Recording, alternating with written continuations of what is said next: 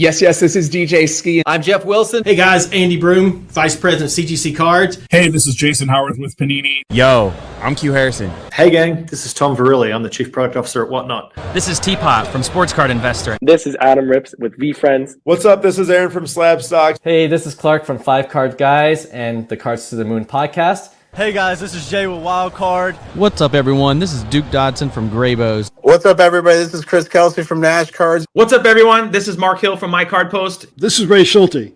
This is Chase Krim. This is Cody from Texas Roadshow Shop. This is Mark Aaron from WSB Radio in Atlanta, and you're listening to the Sports Card Strategy Show. I'm loving the content. Loving the content here. I'm loving the content here on the Sports Card Strategy Show. The Sports Card Strategy Show. The Sports Card Strategy Show. The Sports Card Strategy Show. And I'm telling you, the Sports Card Strategy Show. This is the Sports Card Strategy Show with your man, Paul Hickey. What's good? Be sure to subscribe for year-round advice on keeping your portfolio up to date. Part of the NoOffSeason.com Sports Card Network, the #1 place for advice on how to make money flipping sports cards. Thanks for tuning in, and remember, there is no off-season. There is no off-season. There is no off-season. And there's no off-season. You already know, there is no off-season. No off-season! All right, you ready to rock? Ready to go. When you get into this game, the reason why you pay someone like Paul Hickey to get your sports card strategy together is because sometimes when you're starting out, you need perspective, you need wisdom, you need insights. And so he's been around the track enough times where he can actually coach you up and guide you. Doesn't mean he's going to take you to the promised land tomorrow, but you now have a coach by your side that can advise and kind of even create these pathways where you can get the education yourself. And that's a lot better than thugging it out on your own. Thugging it out on your own. What? The kids better buy my rookie card now, because after this year, the price ain't coming down. Welcome in, everybody. I'm your host, Paul Hickey. It's time to sit back, listen, learn, and earn with me on the Sports Card Strategy Show. Better than thugging it out on your own? That's exactly right. My guy Q Harrison puts it well. Basically, Lefty, we just want to showcase all the friends of the show in the intro. So we've got like this new 17-minute intro with all of our friends talking about how great we are. But you're all of our friends too, everybody in the NoOffSeason.com fam. What's up? What's good, Lefty? How you doing? I am good. I'm happy to see Mojo back in the Mosaic Joe. Mojo, I like that. Maybe we just start calling him Mojo. There's so many Mojos in the hobby. I don't know if that is maybe Fojo for Farmer Joe. I don't know. We'll work on it. We'll work on it.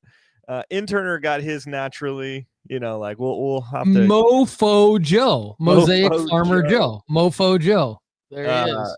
But I'm doing good. Had a pretty good day. Griffey decided to come down here and visit in the basement. So you might see him in the background today. Oh, there he is. What's up, he's ready to rock and roll. He loves sports cards. He thinks that he's just looking at this green wall behind me right now, which is strange. So he's like, this shade of green is electric. But I'm doing good. Nice. Well, we got a lot to talk about today. I mean, let's get something out of the way real quick. Are you ready to start grading your cards? CGC Cards is the perfect place to slab your favorite sports cards. From their crystal clear holders to their affordable pricing, CGC Cards is the perfect stop for your grading needs. Go to cgccards.com to start grading today. If you're a premium member of NoOffSeason.com, remember that you can ask the grader. The grader being our guy Andy Broom, VP of CGC Cards, one of the most respected people in the hobby. And Kendall, we've got 3 amazing Ask the Grader questions answered by Andy Broom in this Friday's upcoming premium pod. So stay tuned, everybody. Check out the premium pod at NoOffSeason.com. If you're not a premium member, what are you doing? You get a free 30-day trial. So just go there right now. Get your free 30-day trial. Check that out. I got the grading dashboard up and running. We got the Black Friday, Cyber Monday, whatever, through the end of the year pricing up right now. So you got to check that out. Kendall, we do a phenomenal job giving everybody free advice here on the Sports Card Strategy Show. All we ask is that you consider going to tipjar.sportscardstrategy.com to leave us a little tip if you're not a premium member of nooffseason.com. We actually had Chad Dyer on Monday's show drop a super chat, and I see Chad in the live chat right now. He said, "Hey, Hickey, don't forget about the super chat." You can do that if you're watching live at youtube.com/Paul Hickey. If you're not watching live at youtube.com/Paul Hickey, it doesn't matter. We're everywhere. You can watch it back. You can listen to it on Apple and Spotify. We love you. We're good to go. Happy to have you all here. So let's get into it. Kendall. Yeah, I'm excited. And I wanted to shout out Terry here. A follow up on the Cooper Flagg cards. They did send us an email. So I don't know if you want to talk about that later in the show, Paul, but I got an email update about my Cooper Flagg cards. Yeah, let's give the listeners a little context. So we got a lot of new people jumping in on Apple and Spotify. You know, we're growing, welcome in new hobbyists. We're here to help you make money flipping sports cards. One thing we like to do is pick out some print-on-demand cards every once in a while. Not everything works, but Cooper Flagg, the first card he's ever had, came out, 6 weeks ago in his Duke debut. He was soaring through the air in a dunk. I think it's like card 1. Cooper Flagg, tops now, Bowman U now, card 1. Lefty ordered 60 of them. I ordered 40.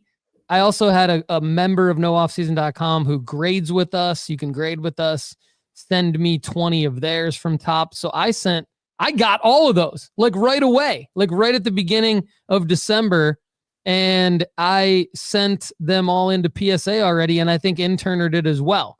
And Lefty is still waiting on his. What was the estimated shipping date? Like November 20th through December 3rd or something. And here we are on December 11th. You still don't have your cards. What's the update? Yeah. So on Monday's show that we do with Lefty Cards, I had an update I took a screenshot and showed everybody like my updated status. It was December 6th projected end, like the back of the window on my shipping detail was December 6th, and it was December 9th live. And so I was like, what's the deal, Topps?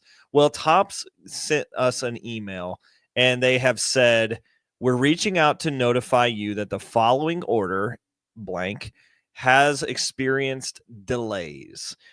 Cooper Flagg, and of course it's experienced delays. Duh. Thank you for telling me what I already knew. But then they go, you can now expect new tracking information, and we expect this to you no later than January 1st, 2025. So they have pushed it out another 15 to 17 days.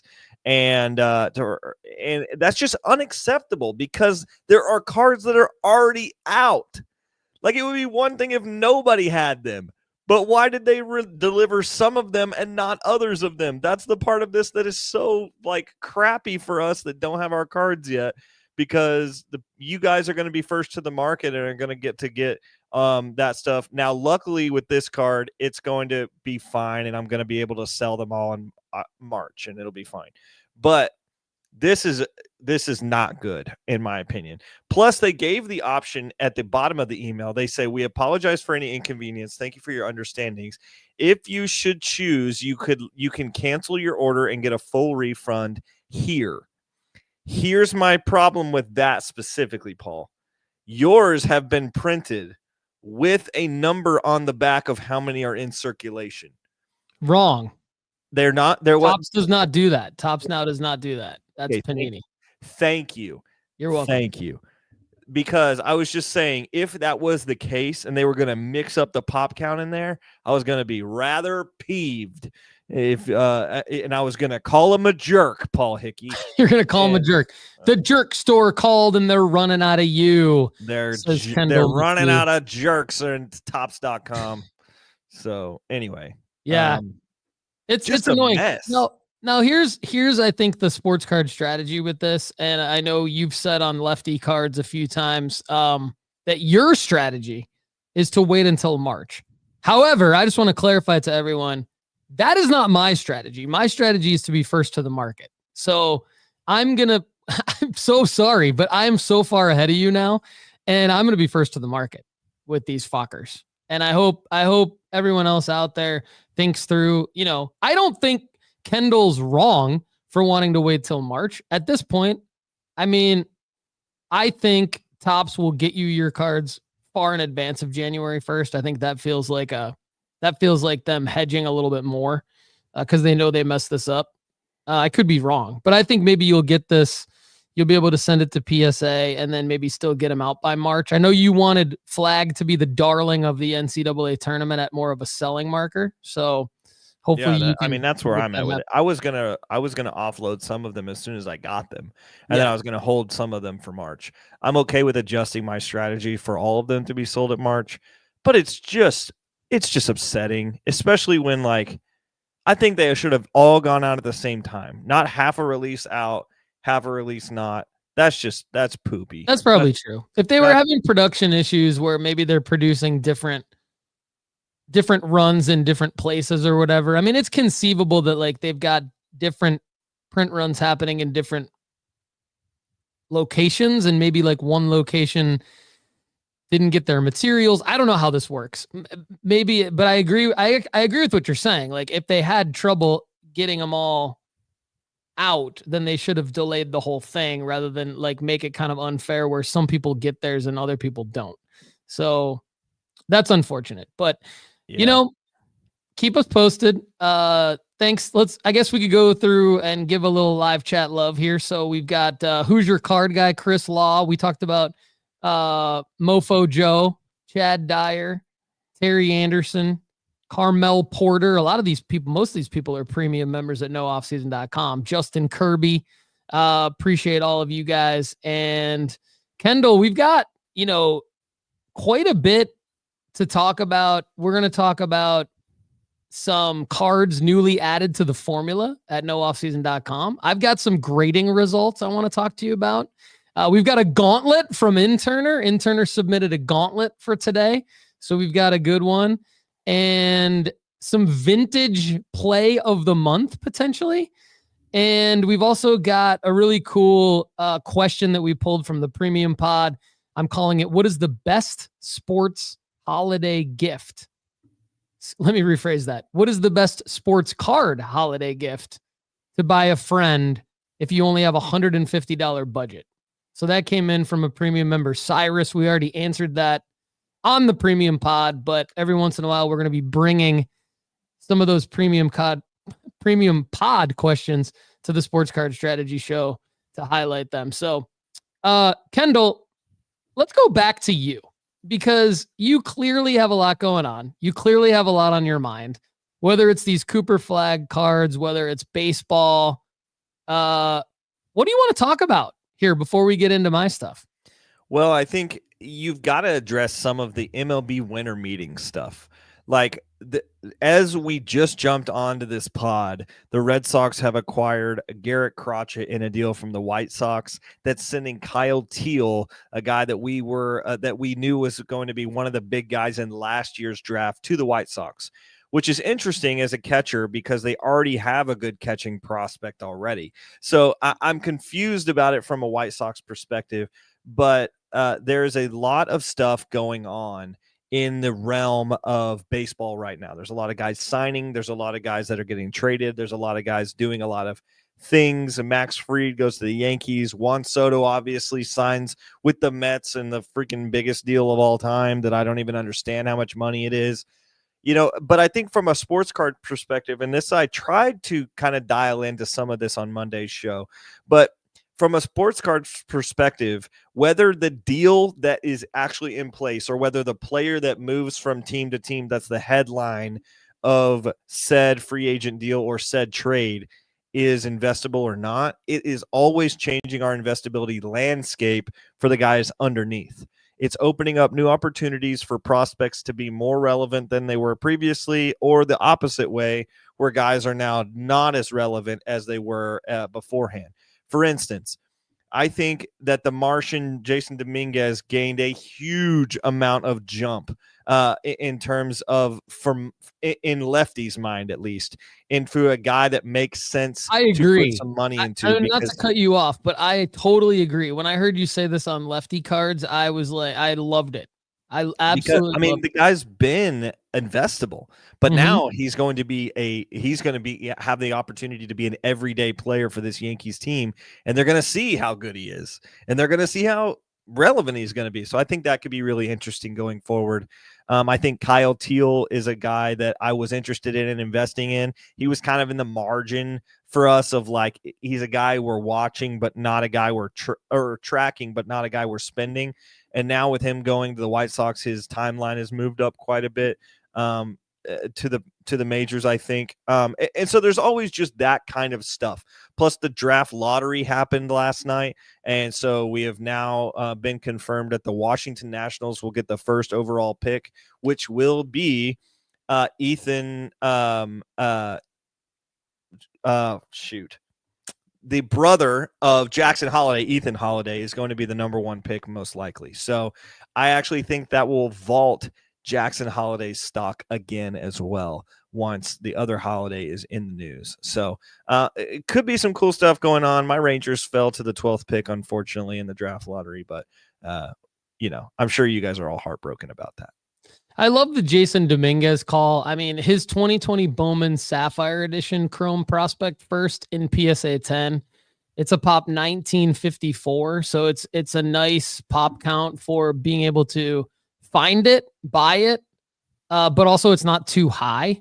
We know he has a ridiculous amount of cards. We know, I mean, for those of you who are new to the hobby, just to catch you up to speed, Jason Dominguez had a card sell for millions of dollars back in like 2021 or early 2022. He's been this young prospect that everybody thinks, everybody thought at one point in time, in the card market at least, could be like the next big player. And now, to Lefty's point, maybe stepping up into a Juan Soto-ish role for the Yankees. Obviously, being a Yankee is big for your sports card value. Having already been a big name prospect, hobby darling, is big. It's not like he underperformed. I mean, he got called up a little earlier than I think people thought. He played well. He got injured, so he missed a lot of time last year with an injury. That might have all worked out really well for him. Being injured, not having to worry about like, well, why isn't he doing this? Why isn't he doing that? Now Soto's not there. Maybe there's a spot for him. And if he comes out hitting the ball, it could be, it could be to the moon for Jason Dominguez. And like I mentioned, that card is a pop 1954. It's down 15% over the last 30 days. Very achievable card here in buying season, $71. So, I mean, if you expand the chart too, I'm looking at marketmovers.com right now, and I'm basically just looking at, okay, what Jason Dominguez cards are down the most by price change, like by dollar price change. His PSA 10 blue refractor out of 150 in PSA 10. It's only a pop 41, but it's down $641 over the last 2 months. That's kind of why we call it buying season. That same card I mentioned a minute ago, the non-auto, just the base Sapphire Edition PSA 10, that's the pop 1954. That's down. If you expand the chart, it's down $29 over the last 60 days. So now you've got, in theory, a $29 built-in profit margin on that card. Now, the Yankees were in the World Series 60 days ago, but Jason Dominguez wasn't active. He wasn't playing. So I would think his pricing would have been immune from that being a reason why his cards were up. But that's why we call it buying season. You still have to buy the right card for the right player at the right time. You can't just go buy anything. But a lot of stuff's down right now. And so, if you want to use Market Movers to do these kinds of things, use the promo code NOOFFSEASON to save 20%. We have the formula-based sports card rankings where we take a look at these types of cards, run them through the formula, and rank the cards for you so you don't have to do the work. So I recommend you go do that. But I like the Jason Dominguez call, man. And I mean, Kyle Teal, more sort of potential collateral benefit based on moves, which I like. Dominguez to me feels like the one that like nothing really has to happen. He just starts playing again and his value goes up. Yeah, I mean his Chrome prospect autos right now are in a PSA 10 are still $700. So like this isn't a guy who you're going to have to, no one's going to look at a list and be like, oh, we got a guy named Kyle Teal.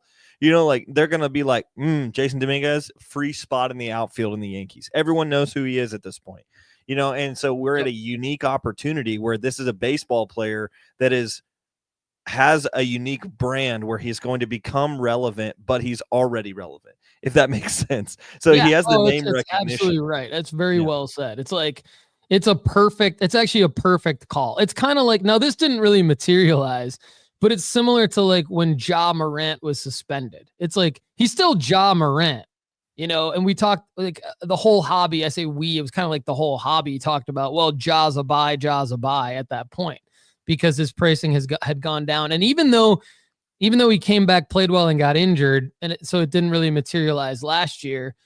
If you look at his card prices, if you would have bought him in January 2024, his prices did go up like the rest of the season. So even though he didn't come back and like have an amazing season last year, he got injured.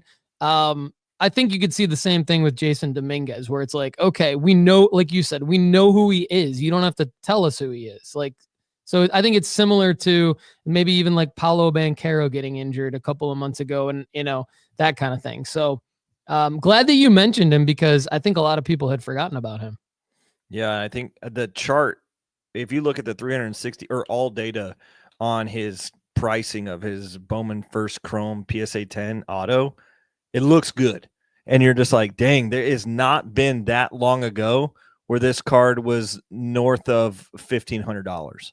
And now you can, and I would say you could probably get into it probably cheaper than $750, considering the like 3 of the last sales happened at $433.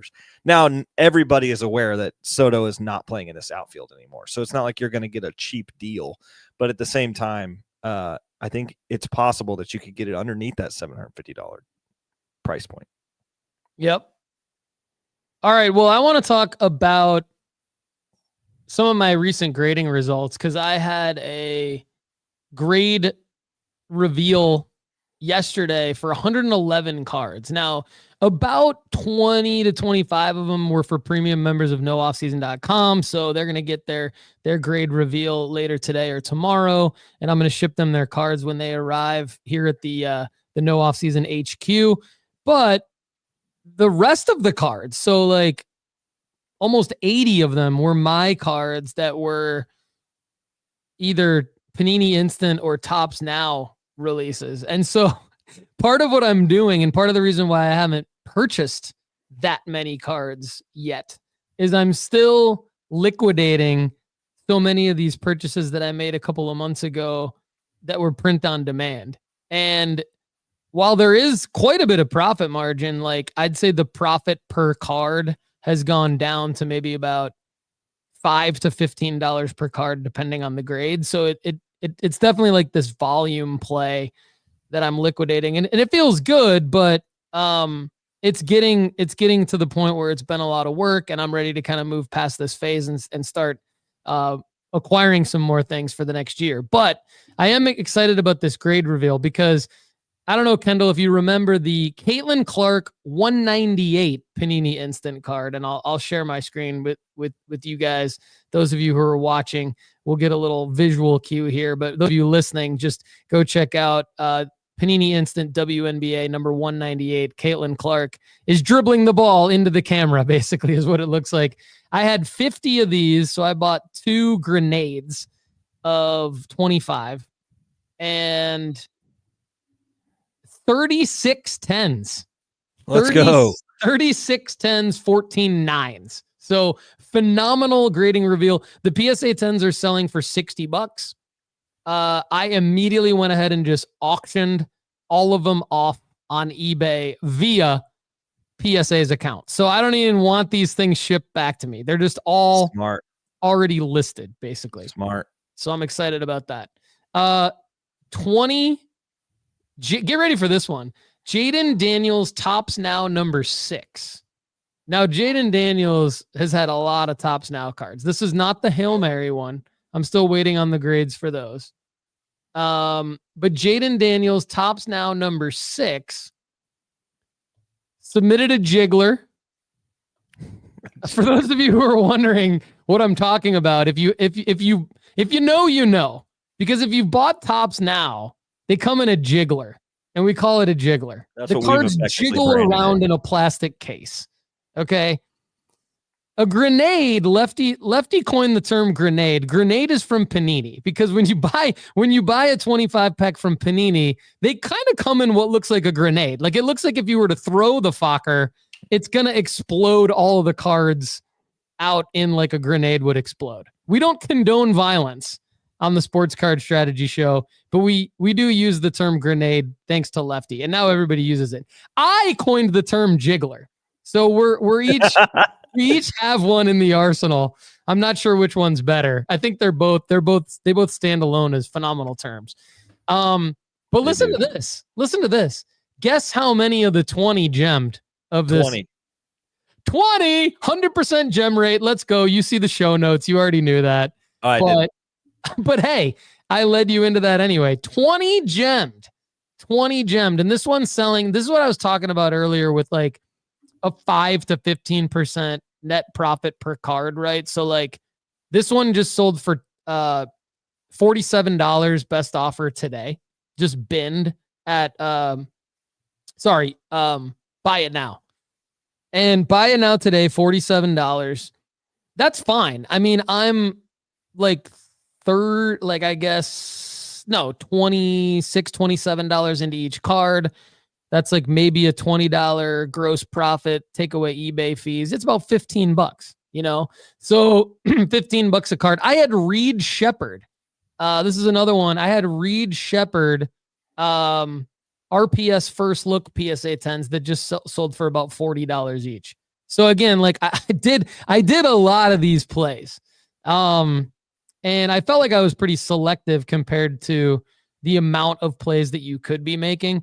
But even when you're selective, you still end up with a lot of these cards in the jigglers and the grenades. So last little note here. One thing I also did, which I think this backs up your theory about, so for those of you who haven't heard Lefty talk about the Caitlin Clark DN1 card and how there's still a play there, he's right for a lot of reasons.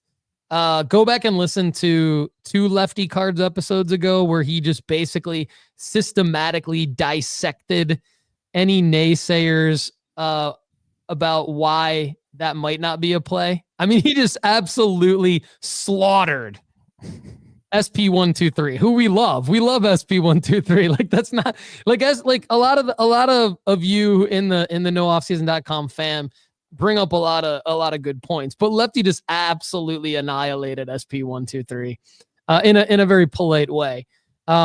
Basically saying like, no, there's still a play to actually go out and buy Caitlin Clark DN1 cards that are still in the Scotch tape top loader from Panini, right? Because they're 41,000 printed and there's like 4,000 graded. So there's a lot, or maybe more like 7,000 graded, something like that.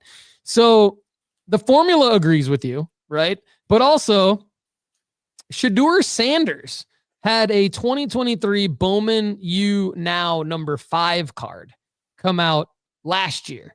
So, you can't go get these cards from Topps now, right? But you can go potentially find them on eBay like you're trying to do with the Caitlin Clark card. So I bought 10 of those just from eBay, right? Is it the one where he's got glasses on? He's got, yeah, I'm gonna share my screen. He's got glasses on. He looks like he's trying to emulate his dad, and that one's starting to sell for around the same price as some of these others that are newer. Like, you got a $45 sale the other day. You got a $38 sale the other day.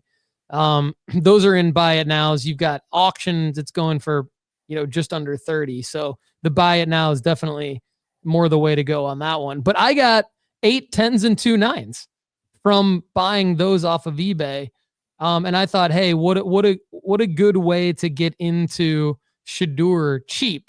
Just go buy his Bowman U Now raw to grade. And I think it's more of a hold probably until, if he does something spectacular in the bowl game, the Alamo Bowl, I think they're in, I could sell a few of them then. If he doesn't or whatever, and there's a lot of NFL draft hype around him, then could be the NFL draft as a selling marker. Could be, actually, I uncovered this on Monday's episode. For cards like that one and Bowman Chrome University, I'll give everybody a little tip here. tipjar.sportscardstrategy.com. Pro tip. After the NFL draft, go buy Shedeur Sanders 2023 Bowman U Chrome base firsts, PSA 10s. They'll probably be $15-$25. And then they'll go back up again when he plays in the preseason as a rookie for whoever he plays for.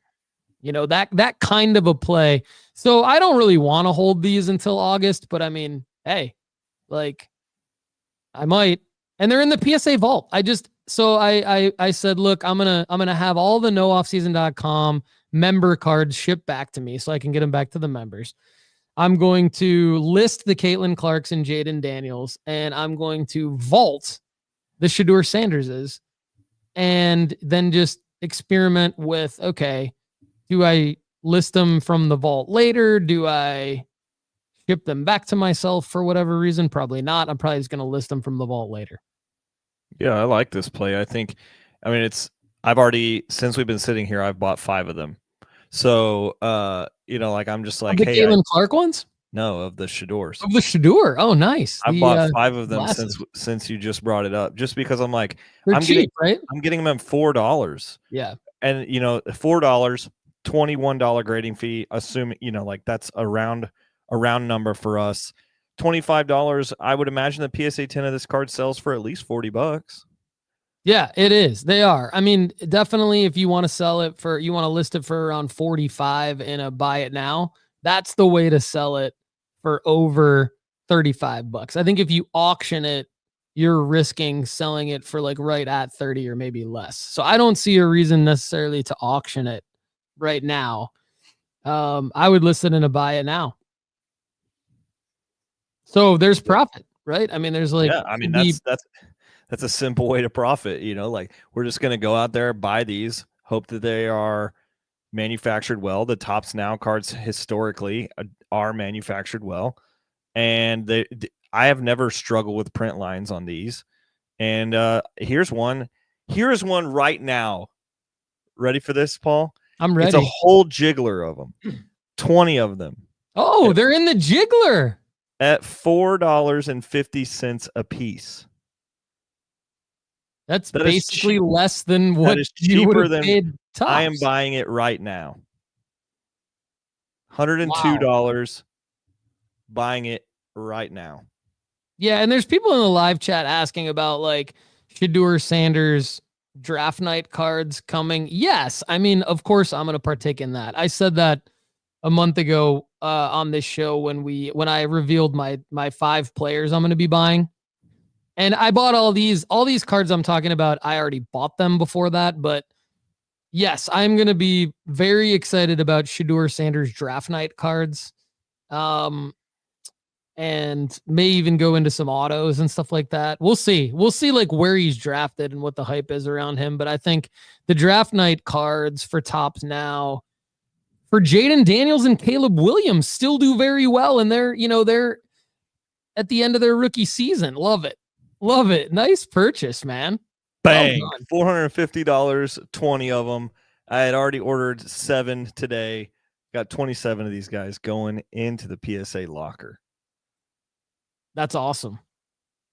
Thanks Can you, I talked on Monday's show about like buying cards on eBay that then you can submit to PSA directly from buying them on eBay. We hear that's coming. Nat Turner has talked to some content creators about that coming. So it would be like a card probably over $250 in value that's already been authenticated. Like a raw card that's already been authenticated would be it. But I'm wondering, like, additionally, being able to vault, like if you buy a card on eBay that's graded by a different grading company and you ship it to the PSA Vault because it's vault eligible, Can you make a grading submission with PSA from the vault yet? Do you know that? We cannot yet. They're only accepting graded cards right now. I expect that is coming, which, like whoever board meetinged the entire runway of how eBay and PSA's progression will come. Of course, buy it now somewhere in there. I'm assuming at some level it would have to be a crossover. Like it would have to be a crossover submission, right? Like if I bought a Michael Jordan BGS 8 and it's in my PSA vault because it's eligible. Like I bought it off of eBay. I'd like to be able to submit it potentially, but it would have to be a crossover because in that case, probably, yeah. Yeah, because they're not gonna. I mean, anyway, I was just curious. They already have it. They already have the card. Yeah, they already have the card. So I'm just wondering, can I just submit it as a crossover potentially? Yeah, because that could be another. The vault actually very much impressed me this week. Yeah, and I don't know if we've got time for this, but a quick story is go for it. I bought the 16 Max Clark PSA 10s in a bulk play from Crim's card shop. I bought them from Texas Roadshow. I had all 16 of my PSA 10s. So basically I made a raw to grade play, except for I skipped the grading. I just paid $23 a piece for all of the 10s, which is a perfect scenario because you don't have to worry about if they're 9s, like the exact price that you got them for. So went and got them, transferred them to the vault. 2 weeks they have been delivered according to UPS, and I had not heard anything from PSA or seen it in my vault. I was starting to get a little worried. Mm-hmm. So I was pinging them like all the time in the customer service, like, where are these cards? Like, are they just floating in your warehouse somewhere? What's the deal? And I realized that a couple of weeks ago, they had sent me a message directly, like that did not come from PSA's email. So I did not see it. It was a person that works at PSA sent me an email and says, we found a bulk case of cards that looks like a sealed case of cards that you had sent to us.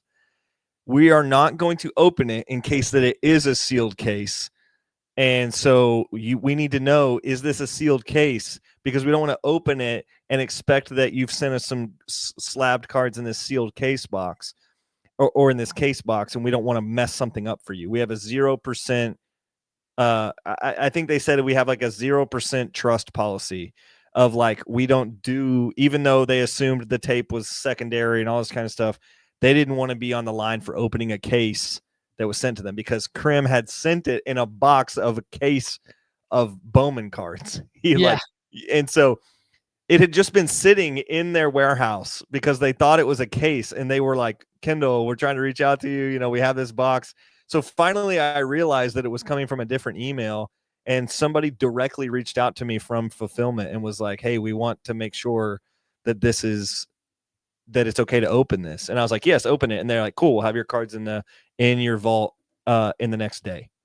And I was just like, that's what I'm freaking talking about, PSA. Like the customer service, even though it was my fault that I was like all pissed off that they didn't email me, and they had emailed me like, a week and a half before that. But I just thought they took care of me well in that scenario. Good to hear. That's awesome. And for those of you wondering more about the PSA vault, I literally just did a brand new sports card school lesson on the PSA vault and all of its features. So go check that out at nooffseason.com. We got more from Sports Card School coming basically every day. I've been working on it. I finished the grading dashboard. I'm into Sports Card School overhaul. We're rocking and rolling at nooffseason.com right now. Great work, Kendall. All right. Yes, I am also so far impressed with the PSA vault and all of the efficiencies that you can gain with it. And time to move on to some of the cards. Our guy Jake, you call him Jake the Guardians fan, so that's cool. We'll roll with that. Jake the Guardians fan is in the lab constantly. He's helping me update the form. He and I are in constant communication these days on how do we continue to make the sports card rankings at nooffseason.com the best effing thing on the planet. And Jake's doing a phenomenal job, and he added several new cards to the formula rankings, and let's just talk them through. So Lamelo Ball has a couple new cards that we felt like we wanted to see if they made sense to invest in. His 2020 Optic Holo raw to grade, target cost of $23.46. How's that for being very specific? Thank you, Jake. PSA 10 upside of $144. And the ROI percentage, for those of you who don't know, return on investment, this would be your net profit after all fees and everything, 27%. So we incorporate the gem rate, the likelihood of getting the grade based on the gem rate. You still have to do your own work picking out the card, but picking out one that looks like it could gem, you're likely to make 27% on that card. His 2020 Prism Silver raw to grade, Lamelo Ball, $42 buy-in point, $42.42 to be specific. Target cost, PSA 10 upside of $376, ROI percentage 23%. So Lamelo Ball. We've also got Travis Kelce, a Travis Kelce card added, and this is from 2023. So this is not going all the way back to 2013, his rookie year. This is his 2023 Optic International Downtown. Raw to grade, they do really well in both a PSA 9 and a PSA 10. So $426 buy-in point for a raw card, so a little bit higher than those LaMelo cards. Those LaMelo cards are for people, maybe looking to spend $50 or less on a raw card. This would be $500 or less. $426. PSA 10 upside, $736. That's interesting. It just kind of shows you, like, a lot of times your PSA 10 upside, I've noticed this on bigger raw purchases, the PSA 10 upside isn't as high as it used to be a couple of years ago. Yeah. You used to be able to go get a $500 raw kaboom. And if you got a 10 or a downtown or something, if you got a 10, it'd be like a $1,700 to $2,300 card. Yeah. And that's just kind of not the case anymore, unless it's like a brand new release and there's no PSA 10s on the market. So, and that could be that it's a non-rookie card, all that stuff. So a 13% ROI percentage on this, not the most enticing, but an interesting play nonetheless. Now we get into a couple of the guys that I'm buying. Victor Wembanyama, 2023 Topps Chrome Speckle Refractor out of $299. So actually, this is a card. I know, Lefty, you and I love his Prism Silver raw to grade, and we love his Prism Silver PSA 10 already graded. Like, that's probably one of our number one plays right now, you and I, over the next 3 weeks. Absolutely. And I'm actually like bidding on those. I'm actively bidding on them. Yeah, me too. This is an interesting one raw to grade though. And I think Jake's onto something, because out of $299 raw, they're going to do a lot better than the base, right? I think the base is starting to become played out. It's starting to become, in fact, Jake and I had a little email exchange earlier today about, like, we're probably going to start wiping a lot of the base cards from the formula, because they do well for a certain period of time. And then when they get such a high pop count, we need to like wash them from the formula. They just start to have a negative ROI, which is okay, because the formula is always live, and whatever you do in the moment is going to make you money. So it's not bad. It's just like, why have it in there the minute it's negative? It's been negative for a long time, kind of a thing. So Anyway, the Speckle Refractor out of $299 raw to grade, target cost $285. I like this, actually. I might look for this. Target cost $285, PSA 10 upside of $820. Now that could be safer because there's only $299 of them. So the pop can't count can't go to where it's going to get too high. Yeah, it's at 30 grand or whatever. Demand, right? Like it's only going to be $299 max, and it's probably going to be more like, maybe maximum maybe 210s or something like that would be my guess, if they all get graded at PSA, which also isn't always going to be the case. So 820 PSA 10 upside, ROI percentage 39%.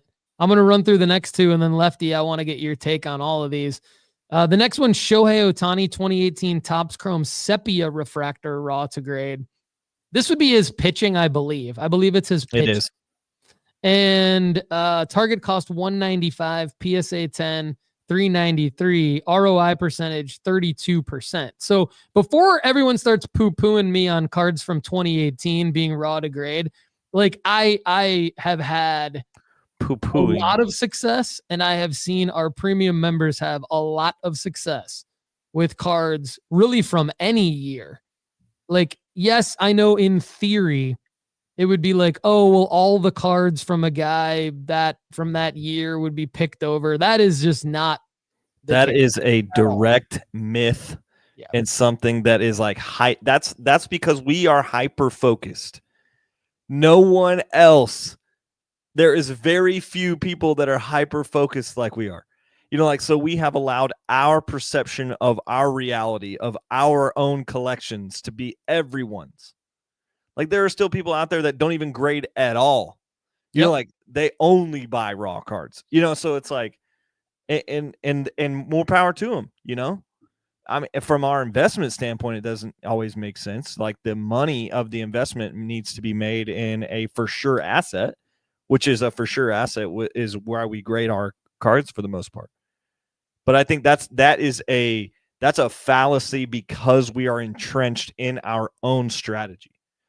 100% agree. I 100% agree. In fact, as I was brainstorming what some of the segments are going to be for the Sports Card Strategy Show in 2025, I thought one cool one could be just like debunking hobby myths, right? And like, I think that would be a big one where, you know, you inspired me to think that way when you debunked SP123's thing, right?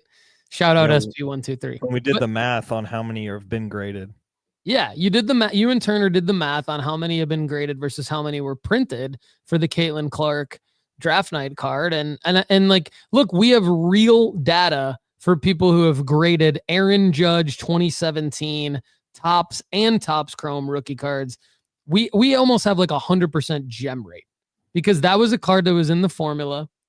And clearly not everybody out there, you know, graded all the Aaron Judge cards over the last 10 years. And the ones that didn't get graded got cracked out and resold raw. Like, people think that that's what's happening, and it's just not really what's happening. I mean, like you said, that's what we're doing because us and the nooffseason.com fam and all of you listening understand like that's a strategy, but you know, 95% of the hobby is not doing that. So that Shohei play is going to be one that I look to make. The last one, Joe Burrow 2023 Optic Downtown D4. This is a PSA 9 to raw. So this is a graded to raw play, which I'm starting to become more and more of a fan of because, you know, the move here would be buy it at the target cost, which is based on everything's based on the last 30 days of comps, by the way, last 30-day average comps. We've changed the formula. We've changed the sports card rankings to make the target cost based on the last 30 days average for every card. And then for the raw to grade, it's also based on the last 30-day average. And we're updating that all the time. And then for the graded to raw, it's the same thing. The only thing that's slightly different is the already graded, because for the already graded, you can't compare 30 days to 30 days because then you're always going to get 0. It's always going to be a wash. So we compare for the target cost, what's the last 30 days? But then for the potential upside of it growing, right? Because it's typically always a PSA 10 with the already graded, unless you get into some LeBron cards, some Jordan cards, things like that. But then we go into maybe like if a 90-day is relevant for that particular player, if 180 days is relevant for that particular player, we'll start to pull from that. But with this Joe Burrow, $595 target cost, the move is crack it out, list it raw. This is a PSA 9, so who's going to even know? It's not serial numbered or anything like that. List it raw because the most recent average 30-day raw comp is $705. Now, I wouldn't necessarily auction it. I would list it in a buy it now. The ROI percentage here is 18%. So you want to make an easy 18%, quickly go to the graded to raw tab on the sports card rankings at nooffseason.com. So Lefty, before we get to the gauntlet, what do you think of Lamelo, Kelce, Wemby, Shohei, Burrow, and these particular cards? I think my ship, at least right now, has sailed on Lamelo. I think if he was on a different franchise, I would be a little more interested. But I think there's so many other guys in this list that I'm interested in. I remember Krim and I had some discussions about super short prints around, I think, March of last year. We talked about how like the downtowns and the optics and everything are not as valued as they should be. And so it was like we were making an interesting play based on that. And then he was talking about how there's other short prints in relation to non-Panini products that do not reflect the same sort of price. I really like this Joe Burrow play. There actually is one out there right now, I think, for $450 on auction. So it's like, that's an appealing thing. I like the Shohei play. I think the sepia will be a little bit difficult to find, but that's part of the game.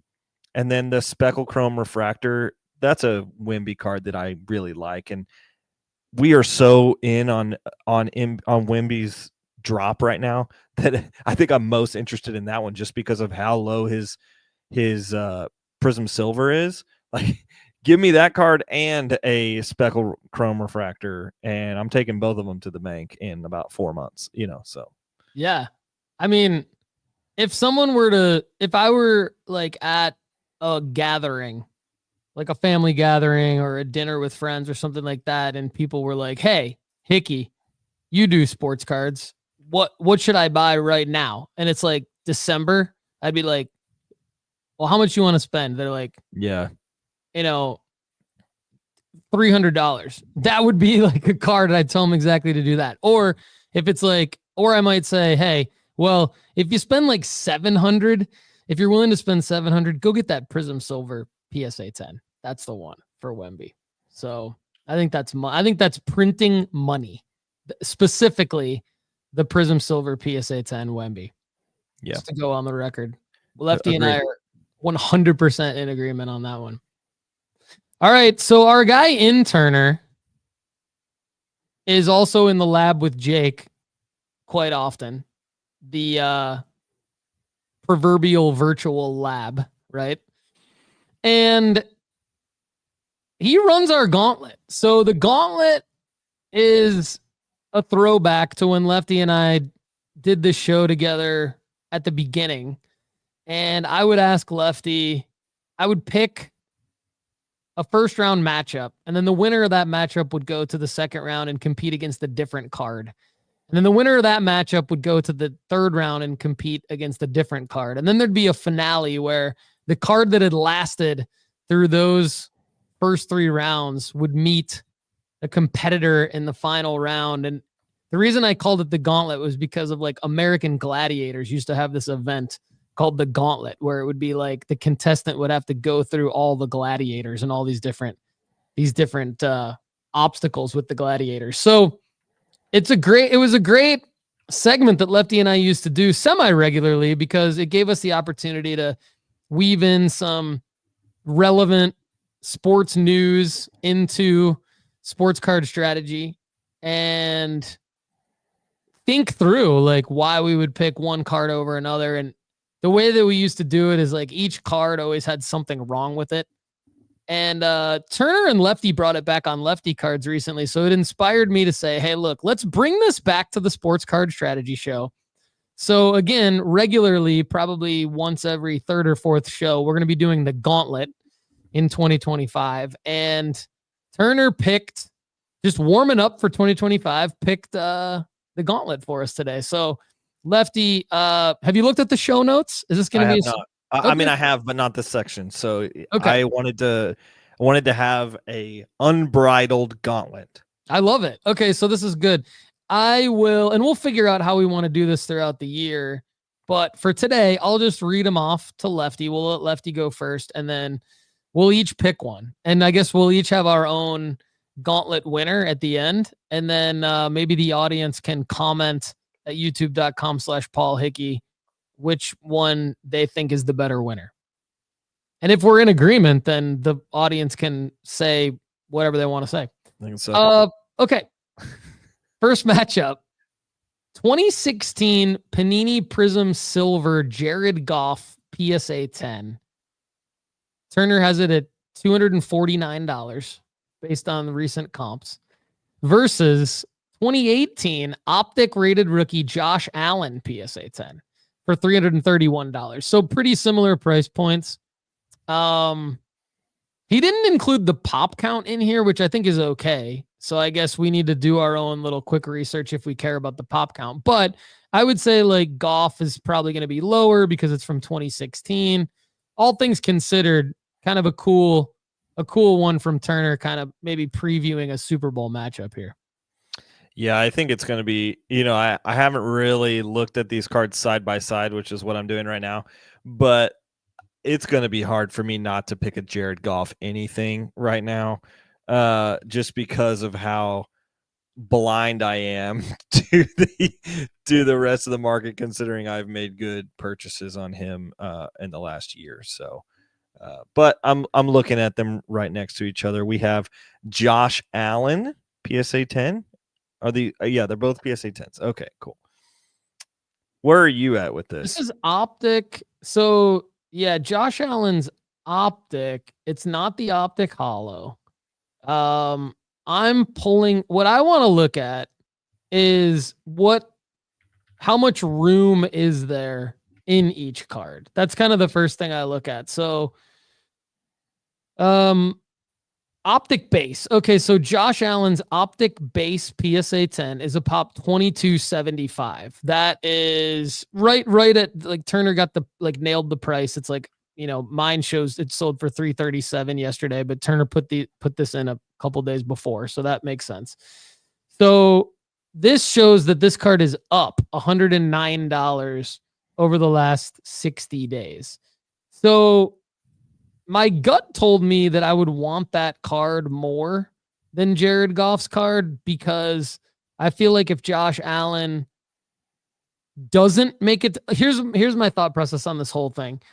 Both of these teams, I think, have relatively equal chances to make it to the Super Bowl. Making it to the Super Bowl is going to be the selling marker for me for each of these two guys. The determining factor is who will carry more value into the future if they don't make it to the Super Bowl. To me, from a sports perspective, even with cards, the answer is Josh Allen. Now, my concern, though, is that $331 price point is literally the 365-day high for this card. A year ago, it was only $222 on the same day a year ago. So my concern is, in a vacuum, this card is not a great buy. So now that's where I'm at with Allen. Let me look at Goff, and you can give me your thoughts. Yeah, if you look at the all-time data of both of these cards, they almost have a direct opposite chart work. Like Josh Allen has receded to where he's at right now, but he's coming back off of a floor. And then you have Jared Goff that's pretty much been at the floor, and now people are gaining in respect of him. But he's older, so it's like, how long is that going to last? Is the Detroit Lions lore going to last longer than this year? Or is Josh Allen going to keep doing what he did last week, apparently scoring more fantasy points than any quarterback in NFL history, and they lost.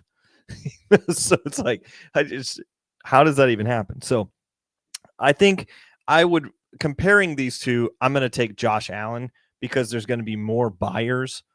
But the all-time high of this card is north of 600. It's at, the all-time high is 633. The all-time high of the Jared Goff card was in the bubble in 2020, and it was at $400. So it's close to the all-time high already. And Not that I don't think it can get past 400, but I'm saying that Josh Allen has a lot of previous data to show that this card can go up. Yeah. From 918 to 925, 2022 is the 633 for the Josh Allen. That's a good point. Jared Goff so the pop count is 621 on Goff. The pop count on Allen is 2275. They're both up. They're both up in the last 365 days. Like Goff's card is up just as much as Allen's is. It's up 120% over the last 365 days. I don't like either card in a vacuum. I wouldn't buy either of these cards, but that's why the gauntlet is awesome, because it forces us to think through all these different aspects of these cards. And it's like, it gives, I think, the audience an inside look at how we think, which that's why we all love the segment. So I'm going to go with Allen's card as well. And it's going to be really for the same reason you're going with Allen's card, which I think is just bigger market. Like, he's a bigger name, bigger market. He's always in the MVP. There's still, like, as good as Jared Goff has been over the last few seasons, the Lions have like this lightning in a bottle type aspect to them, whereas the Bills with Josh Allen feel more like a mainstay. Like, they're going to be a mainstay, and that he's going to be a guy that the hobby is always going to gravitate to, and you're always going to be able to count on a high floor for a Josh Allen card. So I think for that reason, this is a better play in spite of the pop count. Everybody, just so you know, like Prism, like you might be going, well, it's optic base versus Prism silver. Well, true, but like all Prism rookies in 2016 and 2017 were silver technically. So it's not necessarily the same. It's not apples to apples with like today's Prism silver kind of a thing. So I'm going Josh Allen, 2018 optic base PSA 10. Bills Mafia, baby. All right, so that card advances to meet of a favorite of Lefty's here, I believe. Correct me if I'm wrong. 2023 Bowman Chrome First Roman Anthony Auto PSA 10. So I'm going to look this one up too. I know you are as well, but what are your initial thoughts on? I mean, it's baseball versus football here, which is interesting too. Yeah, I think this card takes the caveat of, well, in a vacuum, out of the question. You know what I'm saying? We talked earlier in this episode how a Bowman Chrome PSA 10 auto of Jason Dominguez is selling for $775. This is his direct competitor in prospect rivalries, you know, like not necessarily a 1-for-1, but like the Red Sox top prospect is Roman Anthony. And so they just got rid of Kyle Teal. I'm sure the White Sox tapped the tire on Roman Anthony and Red Sox said, get lost, you know? And so Roman Anthony coming in at $375 on a 365-day scale, but on a 90-day scale, it is up 43.9%. The sky is the limit on this card. I think it easily goes up to $500-$600. You know, one in the last 90 days has sold for $599. I think this card sells for around $700 during March, and so I don't even think you have to make a caveat of, well, you know, against Jared Goff, and I would choose this Josh Allen card. If someone were to offer me a straight up deal, I will, you know, I had a Josh Allen card and they said, I'll trade you this Roman Anthony PSA 10 auto, I would run away with their card. Yeah. It's not even close. Roman Anthony is the third overall ranked prospect at MLB.com. He's in AAA and projected MLB ETA of 2025. So should hopefully be called up this year or make the club out of spring training. He's 20 and he plays outfield.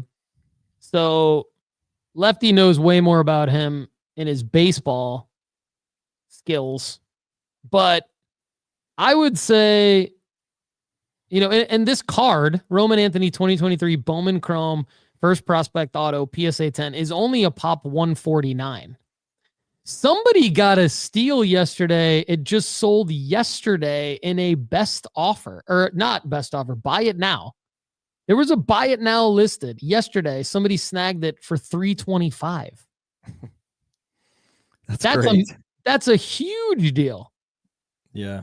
Based on the $599 comp that was likely also a buy it now. Based on the fact that it sold for $399 and $375 also 2 weeks ago. And it sold for $325 on 11/19. So that's like realistically, that's its lowest recent sale. So I'm taking this card too, Lefty, and the reason why is because I think I can get money back faster for this card. Josh Allen has to win the Super Bowl for me to get money back on the Josh Allen optic-based PSA 10 from 2018. I'm horrible at predicting the Super Bowl winner.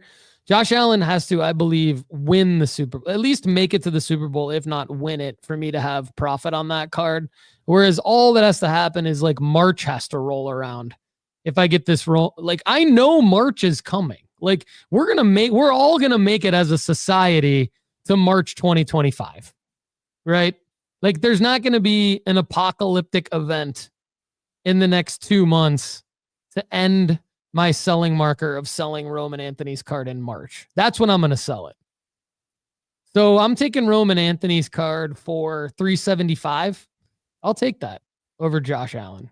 Absolutely. I don't need any other additional like compensation or anything like that. Like that's it. There is so many of his cards that have sold for over $350, $375 in the last year, and he's not been called up.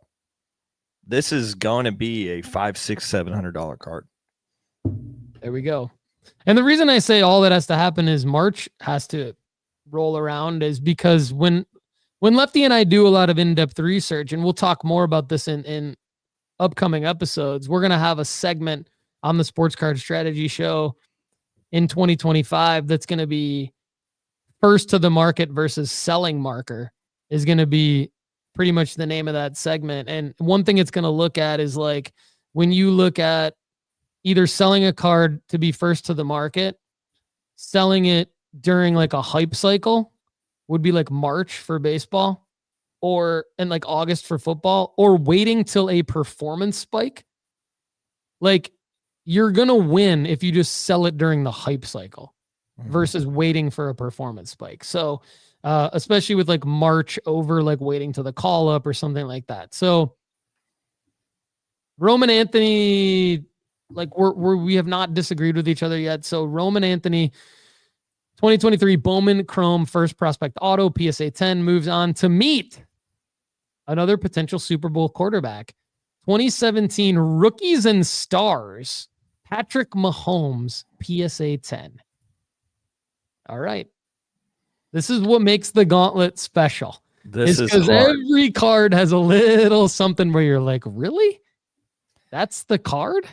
Yeah. I mean, that's the card. I mean, Rookies and Stars. You have to know if you're picking the Rookies and Stars card, you have to be expecting a deep playoff run from the Chiefs.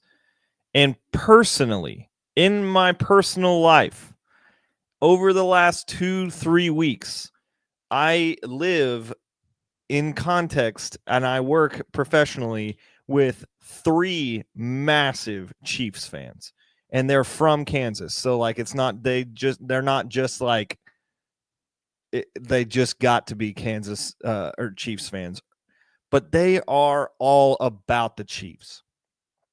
And I have had to tell all 3 of them over the past month, this team is one step away from being a 8-8 team. They have won their last 12 weeks by 1 possession. Their last 12 wins, Paul, are by 1 possession. They said that on Monday Night Football. and they barely squeaked out a win again this week. They almost lost to the Panthers. They almost lost to the Raiders. I think they did lose to the Raiders. Anyway, regardless, this team is not the Chiefs of old. This team is not together right now. And for this card to go where we need it to go against Roman Anthony, very similar to the Josh Allen argument, this has to be a Super Bowl contending Chiefs team. And I think he's got to win the Super Bowl. I think he does too, because we've seen him have that. We've seen him go to that height. So people are buying this card in expectation that that's the end goal. People are not buying the Roman Anthony card in expectation he's going to win the World Series. People are buying the Roman Anthony card, just like what you said. The reason why is so that when March rolls around, they have their favorite prospect in their hand. That's way more obtainable. Give me Roman for $2 million, please. Give me Roman Anthony too. I mean, the Rookies and Stars card, it's maybe Patrick Mahomes' like 10th best rookie card.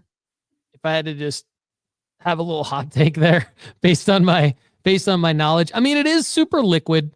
To Turner's credit, it does fit because it's from 2017. It does fit a nice pocket. It's a pop 1477. It's super liquid, and it has sold for over $550 at least 4 times in the last year. But each of those times are in some way directly related to Mahomes winning the Super Bowl, and so that's going to have to happen again for this to go up. And I just think March has to appear on our calendars for me to make money on the Roman Anthony card.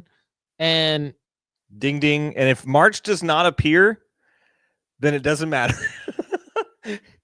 If March doesn't roll around, if cards March don't matter. 2025 doesn't happen, then none of this matters at all. That's a great point.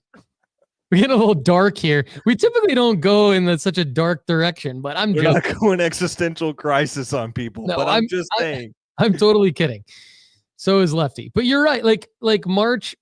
My point is that I'm beating like a drum. Is nothing has to happen to make money on the Roman Anthony, and like people have to win the Super Bowl, which is one of the hardest things to do for us to make money on the other 2 cards. So okay. Last matchup, Roman Anthony, 2023 Bowman Chrome First Prospect Auto PSA 10 against, this is going to be a tough one for Kendall. For those of you who know Kendall's NBA rooting interest. Oh my gosh, I just 2018 Prism Silver Shea Gilgeous-Alexander PSA 10. And this is a $695 card, and Roman Anthony is like more like around a $375 or a $400 card, which, I mean, here's my take on the money difference. I don't know that the money difference matters, because basically what we're doing is we're picking a card that we think is going to go up in value. Like we're with the best chance to go up in value. More money right? invested. Yeah. So it's kind of like, it kind of doesn't matter on the money.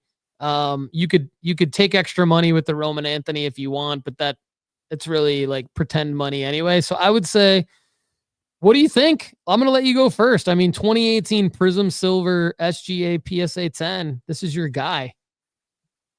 This is so hard, especially for me, especially because last night they just manhandled and made it ugly against Luka Doncic and the Mavericks in a cup game.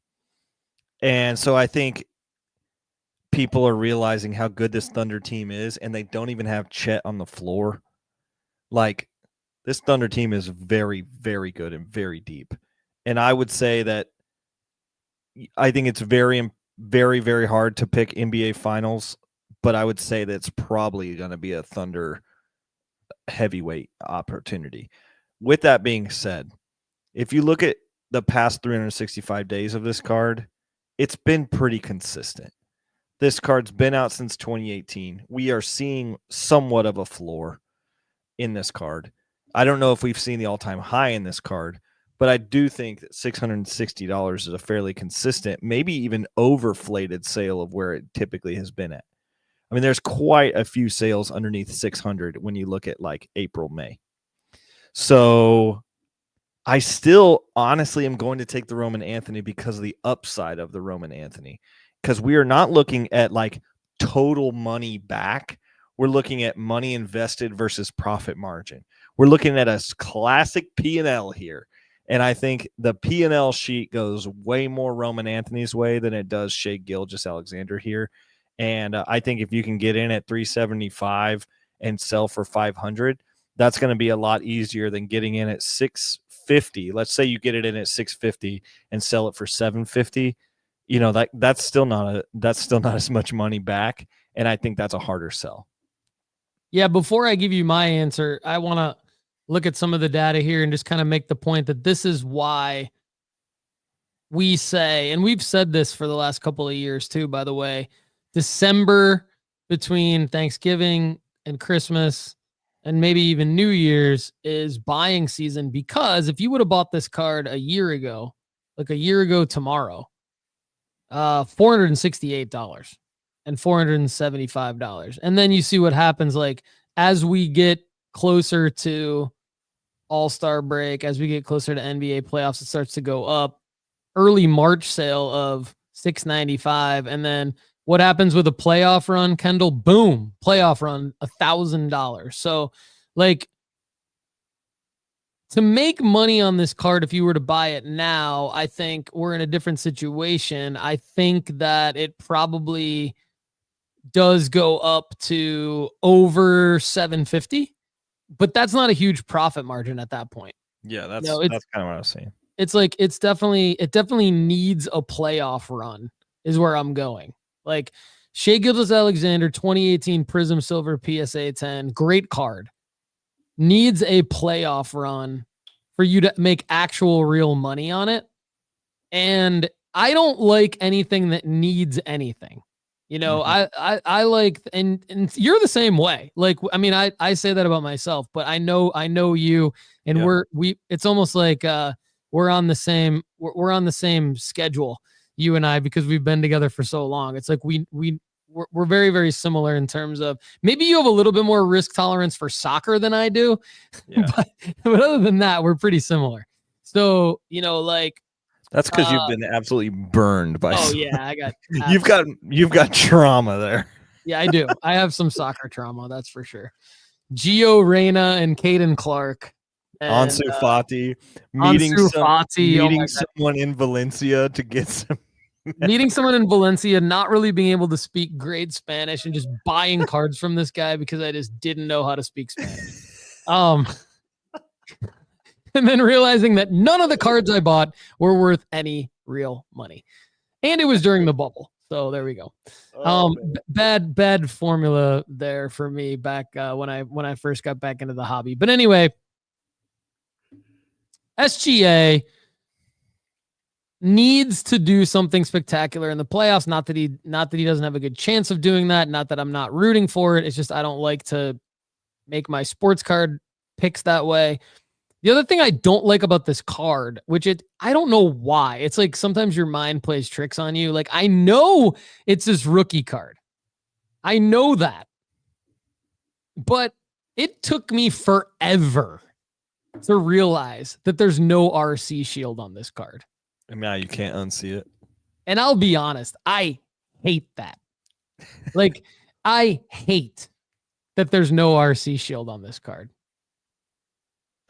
I know I'm normally not super finicky about that kind of thing, but I just think, like, when you're looking back at this card in 2030,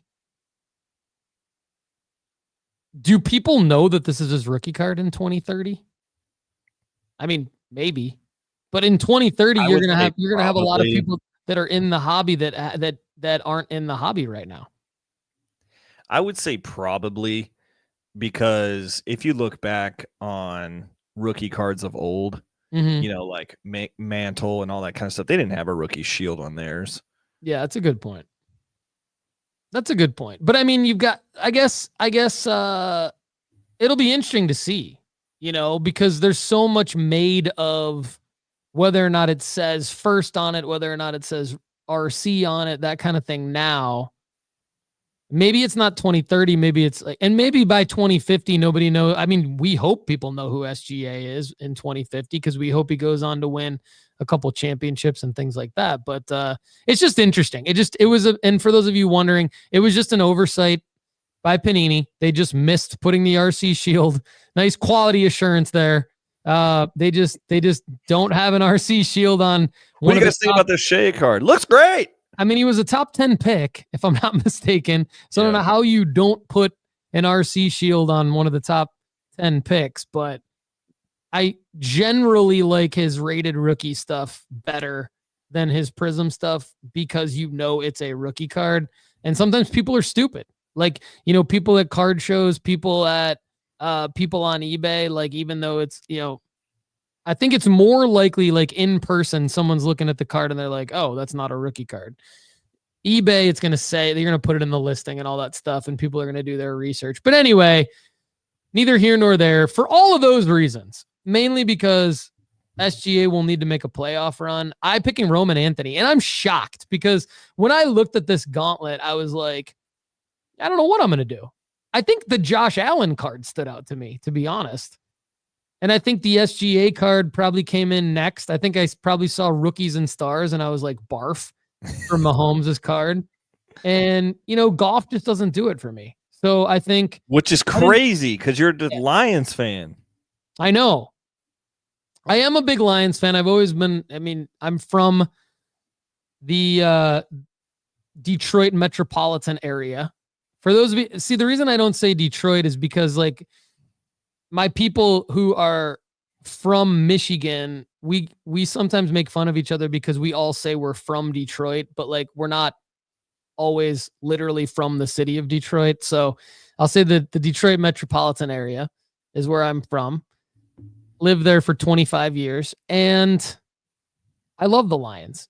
But you have to look at it. You have to look at it like, how can I make money on this card? And when we did the research a minute ago, it just stuck out. Roman Anthony's the play. So, yeah, I think it wouldn't have been. It wouldn't. I think obviously I'm very heavily weighted that direction, but I think I would have just without looking at the numbers. I would have said maybe that Prism Silver Shea. That probably would have been my preference. And I don't think I hate the 2016 Paninis. That's why I did when I was looking at Goff cards in the summer to invest in. I didn't even want a Prism Silver because I'm like, nah, this card is gross looking. I don't like it. It looks dark to me. Like I don't know why I have to like feel like I have to go like this to see the card. Like, no thanks. I don't want to squint to see a card. Similar with this 2018 Prism. I don't think it looks great. And then, I know. I don't love it. That Josh Allen card looks nice, though. That rated rookie. I think of his rated rookie and then Baker Mayfield's rated rookie that same year. They're both just classic, iconic. You made me think of one more thing. One of the reasons why I meant to say this. One of the reasons why I don't like the Goff card and I don't love the SGA card is because they're not in their uniforms of the team that they're currently performing well with. And I don't think that that's necessarily something that I always look for and rule out because of how often players change teams now. Like, it's not that big of a deal. But I think when you're picking between like Josh Allen and Jared Goff, I think that it becomes a bigger deal. Like if the Bills win the Super Bowl and you've got Josh Allen in a 2018 Bills rated rookie, I think that like that could play a role in how well that card sells versus if you've got a Goff Rams uniform, been to the Super Bowl with the Rams, now goes and wins the Super Bowl with the Lions. It could play a role in the upside in that card just not being a rookie card in a Lions uniform. Like you're never gonna change that. You can't reverse history, but it is something that I think plays a role. And we see a lot of SGA serial numbered cards in the OKC uniform do really well, I think, for that reason. Yeah. So I mean, his card doesn't have an RC shield on it anyway. Yeah, exactly. Might as well just buy that card. Like, he might as well be in a Seattle Supersonics uniform, like a team that doesn't exist. Well, I guess OKC. Do they ever wear throwback Seattle stuff? No, they Would that totally be, should. as an OKC fan, would that be allowed by you? Would you Oh, allow yeah, that? I think so. That'd be Yeah. sick, right? Yeah, I think I'm at a place where I have taken in the Supersonics as part of my franchise so much That's that cool. I'm a little bit worried that if they start a Seattle Supersonics franchise back up, I'm going to be like, who the heck do I root for? That's awesome. That's really cool, actually. All right, so we're gonna talk about a vintage play every month. So because I'm buying Michael Jordan, this one's easy for me. I just bought my first sports card in this new 2025 strategy for Paul Hickey. And it took me a while because I just kept doing research. I really don't want to mess up. I know that I'm going to mess up. I know that I'm going to have some L's. Yeah. But part of the reason why I wanted to go so narrow on my focus is because I wanted to go deep into research and really try to limit my L's in 2025. So because in my mind it's already 2025, I purchased this Michael Jordan BGS 85 1986 star basketball number 5 rookie card. There's a lot of Michael Jordan rookie cards that are now like rookie cards that weren't before PSA started grading these. So the reason, for those of you who haven't heard me talk about this yet, basically, and I won it on 16 bids for $676. So my rationale here, and what I'm going to be doing, what I'm going to try to be doing a lot more of is, and I'm going to get some of this history wrong, but Star is a brand that was created in the 80s that made sets of cards. And my understanding is that they weren't distributed like Fleer and Topps and everything else back then. They were, and like Don Russ was a manufacturer back then. Now it's a brand owned by Panini, but Don Russ made cards and stuff like that. And so there were, my understanding, and I was like 3 or 4 years old when this card came out, or I was 5 when this card came out. But anyway, my understanding is that traditionally your cards like your Topps, your Fleer were distributed the way that most cards are distributed today, where they'd either be in hobby shops or they'd be in retail, and they'd be maybe some different SKUs, but to get them, you'd essentially have to buy a pack and open the card from a pack, right? And so the Star cards, my understanding, and Tim Larson, our guy from Signs of the Times Collectibles, knows actually a lot about the Star cards. So I probably need to talk to him a little bit more. But my understanding is that Star made these cards and distributed them in a different way, right? So there were like sets that were, some of them were given away, some of them like maybe you ordered a product and you got these with the product. Like, I don't really know. But anyway, what I do know is that PSA was not grading these Star cards up until a couple of years ago. And as soon as PSA started grading these cards, there came a better opportunity to have them recognized as like true Michael Jordan rookie cards. And I believe, and there's other players too, obviously, like I believe they made team sets. So I got my feet wet in the Star cards when I bought an Isaiah Thomas card similar to this Michael Jordan card. And it was in a BGS slab, and I cracked it out of the BGS slab, submitted it to PSA. I think it went from like an 8.5 down to a 7 with PSA, but I was able to sell it more in a PSA 7 significantly than what I bought it for in the BGS 8.5 because it's a PSA slab. Right. And there's not, because PSA just started grading these cards, there's not that many of them. So my thought is, if I could do that with Isaiah Thomas, I should be able to do it with Michael Jordan. So what I've been looking for specifically is, and again, I don't know how many Michael Jordan Star cards there are. I can tell you there's a dickload of them. Like there's so many of them. And I believe they were reprinted quite a bit. And I believe they were also faked quite a bit. So I think you have to be very careful if you're buying these raw, or if you're buying these from like a weird grading company or a weird looking eBay seller or whatever.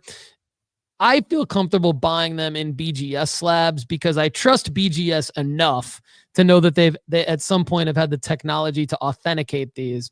And so if I were to go ahead and crack this out of a BGS slab, which I'm going to do, and it does have very high subgrades, by the way, 9 centering, 8.5 edges, 9 corners, 8.5 surface. So it has a BGS 8.5 grade. Could this get a PSA 9? Maybe. If it does, I think in a PSA 9, it could be a massive win for me. Because if you go look up some of the comps of other Michael Jordan Star 1985 or 1986 cards, they go for thousands and thousands of dollars, even in like PSA 7. So I'm pumped about this one. So for my vintage play, and my first purchase really of 2025, I'm pumped. So Lefty, I'll let you add anything you want to add on that. Yeah, I think the subgrades make me very interested to see where this goes. I think the only thing that I'm a bit scared of for you is the same thing about the Jerry Rice of you cracking this and then PSA is going to say this one's been altered or this one's been fabricated or whatever. But you never know until you do it. And I think this is a strategy that you set out to do. And this is the best way to be able to try to do said strategy in a smart way. Now, let me ask you this. On this auction, what was the high point for you? How high were you willing to go to win this one? I want to say 750. And you got it at 690. I got it at 676. I was like pleasantly surprised to win this. Like I got like the notification this morning, you won, pay now. And I'm like, oh, sweet. Sometimes you're like, oh crap. But yeah, I was pretty pumped. And like, I think part of the reason why I was also excited is because I had dabbled in this during several stinker tinker times, several stinker tinker hours of Star like, cards. Yeah, I got to come up with like a catchphrase for like when I'm laying on when my wife and I are watching TV together and I don't care what she's watching. And so I'm just on eBay pretending that I'm watching. I don't think you can call that one stinker tinker. No, that's not stinker tinker time. That's something else. We'll come up with a name for it later. Drop a comment below if you have a good idea for the name of, I don't care what my wife's watching, but I want her to think that we're spending time with each other, but I'm really on eBay. So I did that a lot. And then, now I'm trying to be selective because I'm not really looking to spend over $1,000 on any of these star cards individually. I will go over $1,000 for an 86 Fleer. Right. I will do that, but I'm still trying to figure that one out. Now, here's a question. This auction ends in 10 minutes. So there's 42 people watching it. It has 16 bids. It's at $211.50. So $211.50. The photos look horrible. It's in a screw down case. Yeah, you love that. Screw. Star 86 North Carolina card. So that is a horrific picture. And then like the back, you can't really tell. I mean, I feel like I know the answer to this. I mean, I think if I put like a $225 bid on this, I feel like it could just be a $225 experiment. I say go for it. You say go for it. Okay. Because here's why. If it's in a screw down, it's probably been in that for quite a long time. And so I would assume that all of those surface damage looking dings and everything are on the actual plastic. Mm-hmm. So the UV might be a problem, like the fading and everything, that might be a problem. Look at this. It looks like the North Carolina logo scratched out of it. What is that card supposed to look like? I just noticed that. I don't know. Let's try to figure this out. Well, it's definitely not called rare. Rare.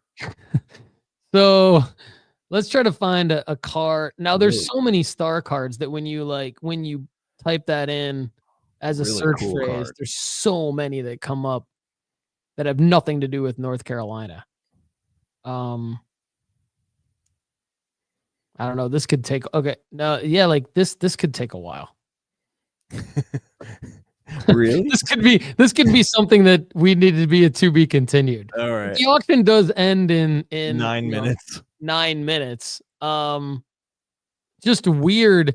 Then it looks like the North Carolina logo has been like there's whiteout on it.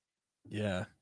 That doesn't. Yeah. The other thing I thought of here, Lefty, is if this I actually had this thought earlier. If this goes for over 250, it goes through the eBay. The real risk here is actually, does this card go for less than 250 or more than 250? I would rather pay 255 than 225 for this card. And the reason why is because then it qualifies for the eBay authentication program.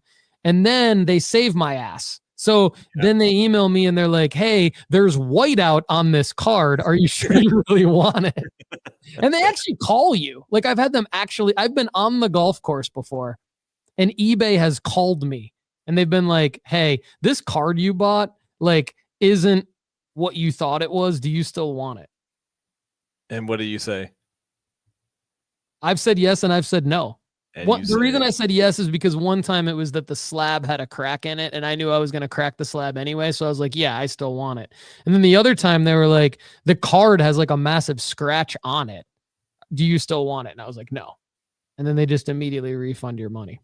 I get so nervous that my cards are going to like get dinged or they're going to be like, this isn't real. I'm like, yes, it is. I thought it was. But anyway. I'm trying so hard to find this card, and I cannot. I think I'm going to fade it. It doesn't feel right. It worries me that there's not any more of them. Yeah, it doesn't feel right. I think what I'm going to do is just, the fun of it is to like continue to search. These cards are expensive though, guys. I mean, if you look at like sold listings of any of these like Michael Jordan star cards, in like there's a PSA 5 1984. This isn't the same card that I bought, but there's a PSA 5 1984 star Michael Jordan 195 gold medalist card that's sold on 45 bids for $5,200. And there's all kinds of stuff like that. A raw one of a 84-85 star 288 Michael Jordan sold on 23 bids for $3,352. So, I mean, my play, make no mistake about it, is to try to snag these up, get them in PSA slabs and sell them. Because there's not many in PSA slabs. So this could be huge for you. I mean, we'll see. And you're right, though. It could be like... It could be awful.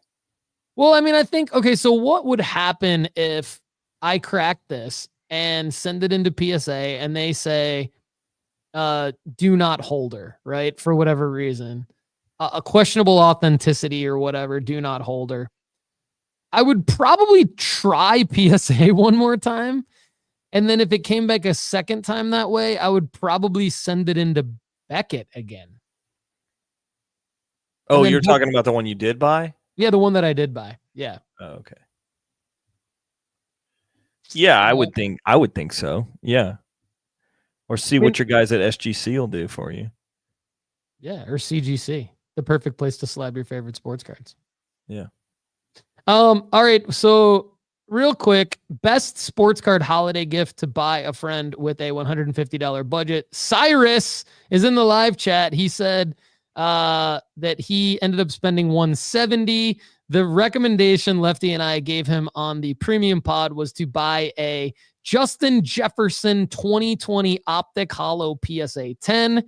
He bought it for $170.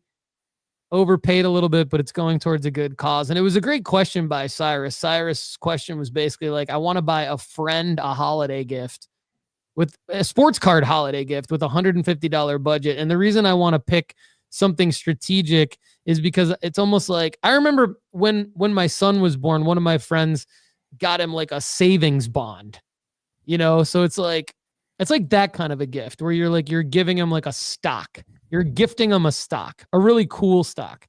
So Lefty and I did some research on the premium pod. We figured out this would be the move. His friend obviously is a Justin Jefferson fan, so that's why we focused on Justin Jefferson.